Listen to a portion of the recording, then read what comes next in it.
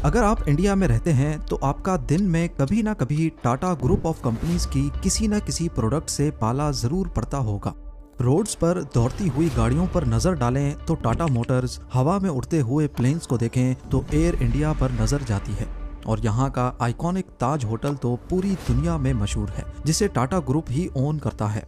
Power से लेकर fashion तक और चाय से लेकर नमक तक हर जगह टाटा ग्रुप ऑफ कंपनीज का ही राज है। पूरे इंडिया में छोटी बड़ी 100 से ज्यादा कंपनीज हैं जो टाटा ग्रुप के अंडर आती हैं। अब यहाँ आपको लगता होगा कि ये सब सक्सेस रतन टाटा की हिम्मत और विजन से आई है। हाँ, उनका कंट्रीब्यूशन तो जरूर है, लेकिन ये एम्पायर जो आज हम देखते हैं इसकी कामयाबी की कड़ियाँ 150 साल पीछे जाकर मिलती हैं। आज की इस वीडियो में हम इस कहानी को खोलेंगे और जानेंगे कि कैसे एक विजनरी ने अपने सपनों को सच कर दिखाया और टाटा ग्रुप को बनाया एक global power house. Zeme TV की वीडियोस में एक बार फिर से खुशामदीद।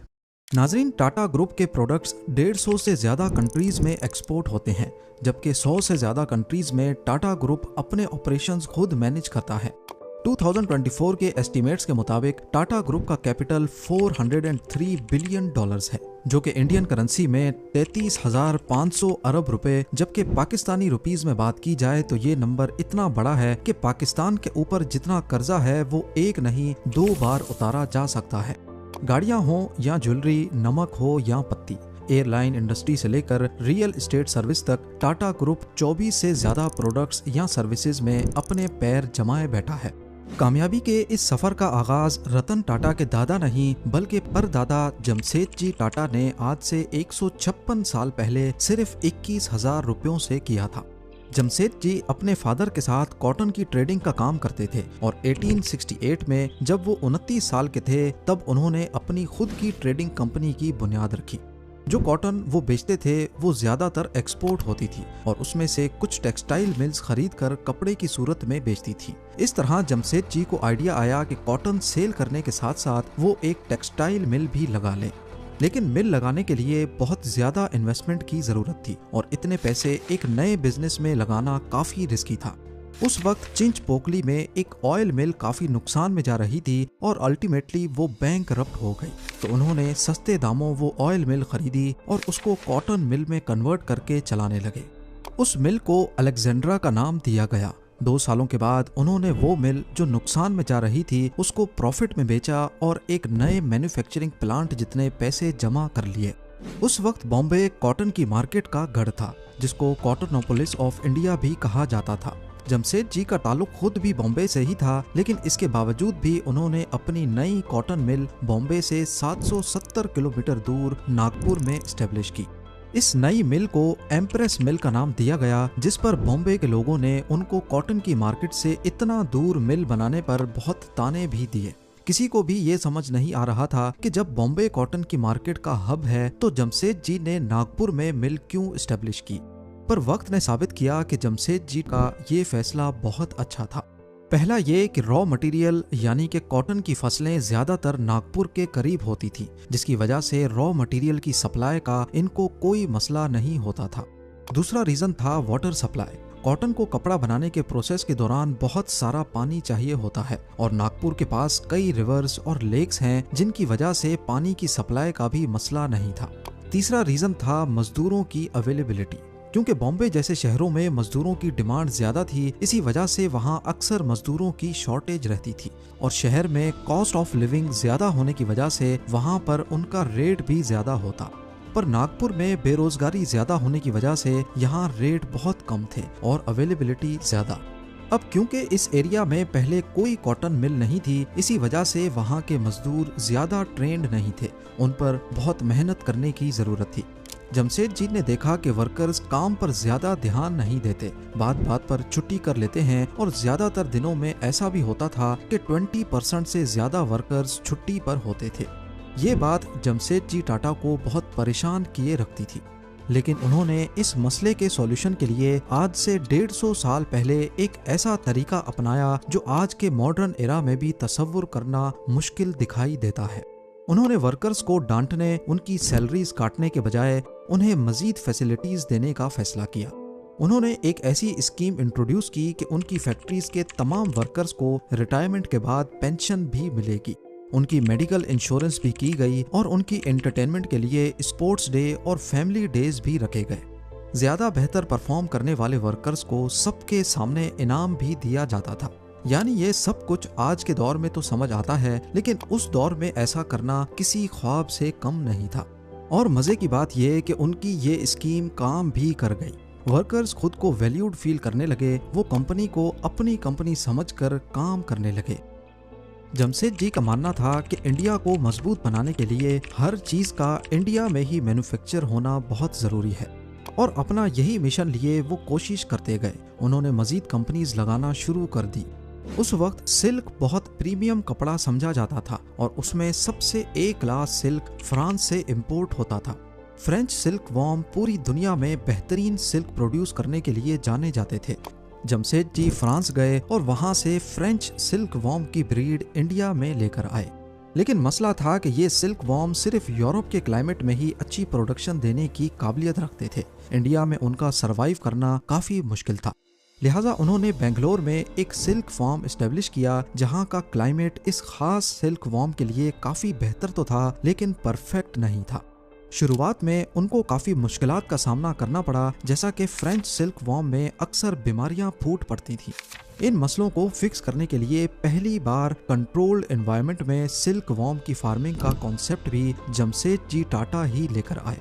खुशकिस्मती से ये एक्सपेरिमेंट काम कर गया और इस तरह जमशेदजी ने टाटा सिल्क की सूरत में इंडिया को बेहतरीन सिल्क बनाने के काबिल बना दिया।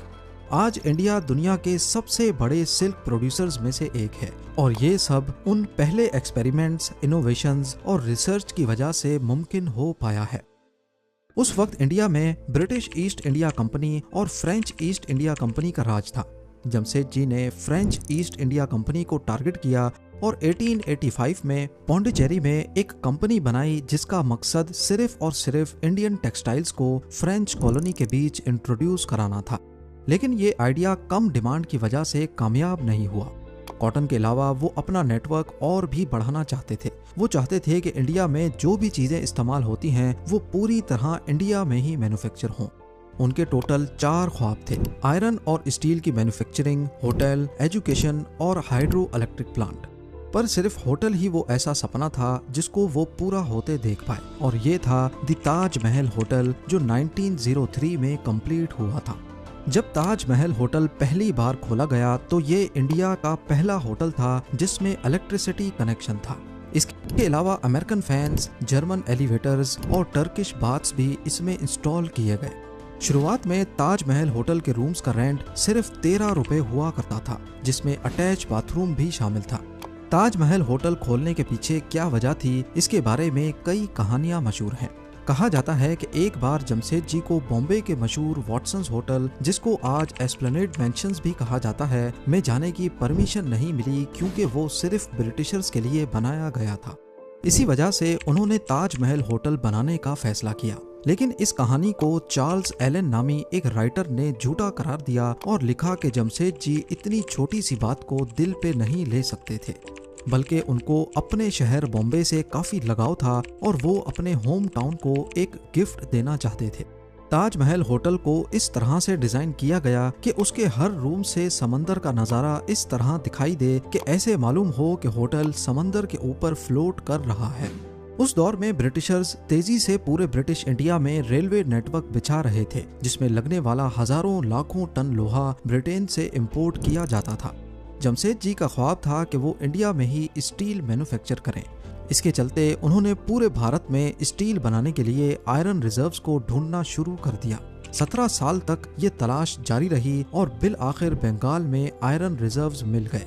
1899 में वहां पर स्टील प्लांट का आगाज कर दिया गया, लेकिन बदकिस्मती से स्टील बनते हुए देखना जमशेदजी के नसीब में नहीं था।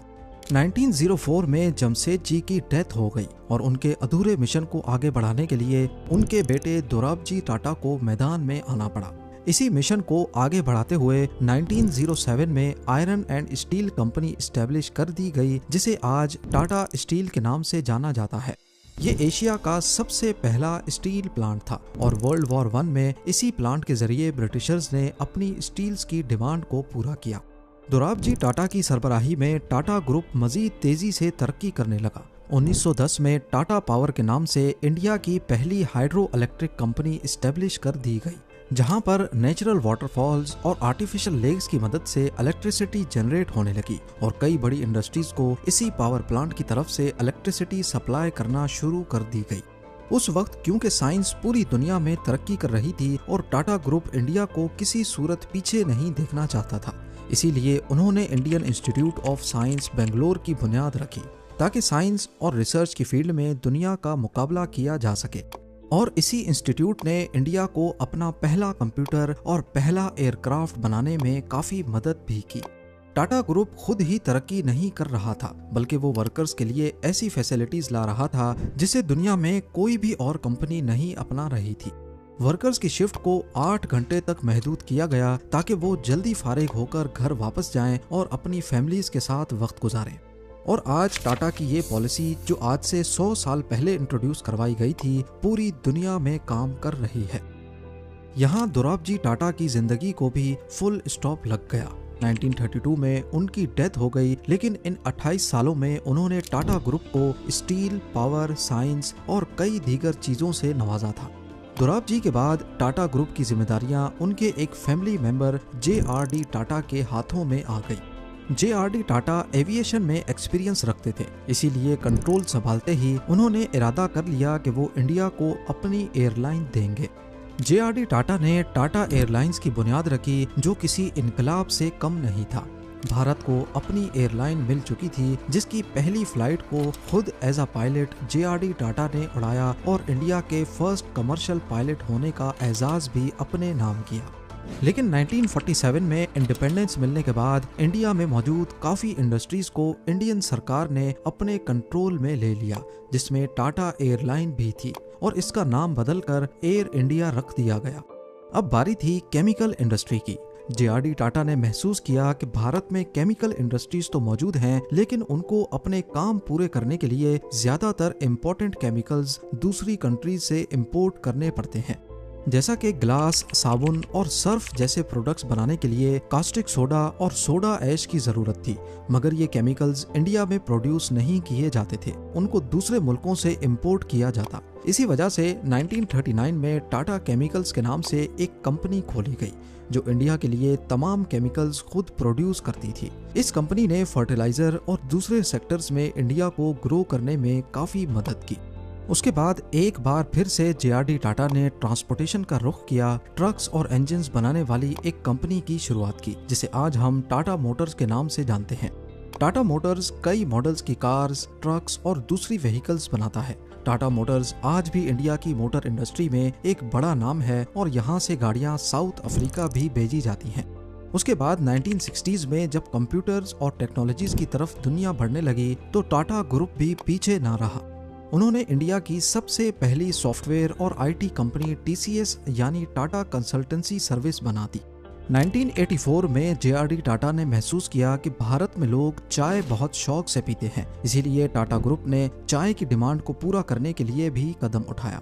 उन्होंने टाटा टी के नाम से एक कंपनी शुरू की और वो कंपनी दुनिया की चाय बनाने वाली कंपनीज में आज तक एक बड़ा नाम है। इसके साथ साथ JRD टाटा अब बूढ़े हो चुके थे, इसीलिए उन्होंने बिजनेस की कमांड संभालने के लिए अपनी जिंदगी में ही अपने एक फैमिली मेंबर को USA से इंडिया बुलाया। ये फैमिली मेंबर कोई और नहीं बल्कि सर रतन टाटा थे। शुरुआत में रतन टाटा को सिर्फ टाटा स्टील में जिम्मेदारियां दी गई और उन्होंने टाटा स्टील को लॉस से निकालकर प्रॉफिट तक ला पहुंचाया। JRD टाटा बहुत इम्प्रेस हुए और इसी वजह से उन्होंने 1991 में रतन टाटा को टाटा ग्रुप का चेयरमैन बना दिया। रतन टाटा क्योंकि मॉडर्न एरा के आदमी थे, इसीलिए वो हर चीज में टेक्नोलॉजी का इस्तेमाल करना चाहते थे। उन्होंने चेयरमैन बनते ही ये सोचा कि टाटा मोटर्स कार्स और ट्रक्स तो बनाता ही रहा है, लेकिन आज भी कोई एक ऐसी गाड़ी नहीं है जिसकी कंप्लीट मैन्युफैक्चरिंग इंडिया में होती हो, यानी कुछ न कुछ पार्ट्स बाहर से इंपोर्ट करने ही पड़ते थे। इसीलिए टाटा मोटर्स ने एक नया कार मैन्युफैक्चरिंग प्लांट लगाया और 1998 में इंडिया की पहली कार इंडिका को लॉन्च किया गया। TCS जो सिर्फ पहले बेसिक डाटा एंट्री और मैनेजमेंट का काम करती थी, उसे सॉफ्टवेयर डेवलपमेंट पर शिफ्ट कर दिया गया और उसे दुनिया की लीडिंग सॉफ्टवेयर कंपनीज की लिस्ट में ला खड़ा किया। रतन टाटा के अंडर टाटा ग्रुप ने दुनिया के मशहूर ब्रांड्स को खरीदना शुरू कर दिया। टाटा ने उस वक्त की मशहूर टी कंपनी टेटले टी को एक्वायर कर लिया। टाटा स्टील ने कोरस ग्रुप को और टाटा मोटर्स ने जैगुआर और लैंड रोवर जैसी बड़ी कंपनीज को भी एक्वायर कर लिया। 2012 में रतन टाटा ने अपनी बढ़ती एज की वजह से as a chairman Tata group resign कर दिया और अपनी जगह पर साइरस मिस्ट्री को चेयरमैन बना दिया, जिनकी 2022 में एक एक्सीडेंट में मौत हो गई और आज नटरंजन चंद्रास्करन टाटा ग्रुप के चेयरमैन हैं। टाटा ग्रुप आज भी तेजी से तरक्की कर रहा है और जिंदगी के हर शोबे में सिर्फ इंडिया ही नहीं बल्कि दुनिया भर के लोगों के लिए अपना किरदार अदा कर रहा है। ये किसी एक शख्स की मेहनत नहीं बल्कि 150 साल तक कई लोगों के खून पसीने का नतीजा है। उम्मीद है ज़ेम टीवी की ये वीडियो भी आप लोग भरपूर लाइक और शेयर करेंगे। आप लोगों के प्यार भरे कमेंट्स का बेहद शुक्रिया। मिलते हैं अगली शानदार वीडियो में।